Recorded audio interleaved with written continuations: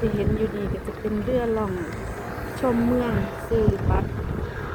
หัวละ50 ยูโรแล้วเขาก็จะพาล่องออกไปในน้ำใหญ่